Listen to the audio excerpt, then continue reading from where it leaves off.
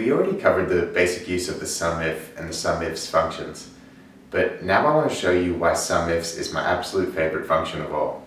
The SUMIFS function is very versatile and can actually be used to replace a lot of the other search functions that you might be using. So let's take a look at how to use the SUMIFS function. Here is a number of votes that are for various activities, yoga, Pilates, between those two, but they're at different times of day. So we've got morning, afternoon, and evening. SUMIFS allows us to include multiple criteria.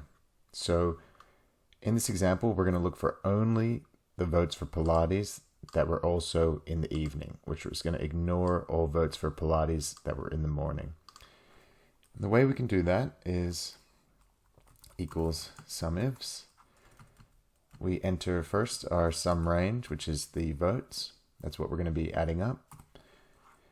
And then the criteria range. Our first one is going to be the time of day. So let's only consider the ones in the evening. I've got evening typed there, so we can just select that. And for our second criteria, we're only going to consider the activity of Pilates. So that's the search range for activity, the criteria range, and the second criteria is Pilates.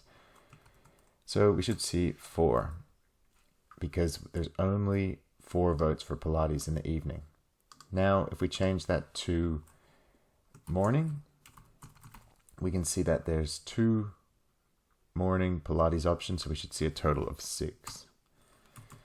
And that's how to use the SUMIFS function to allow you to SUMIF with multiple criteria.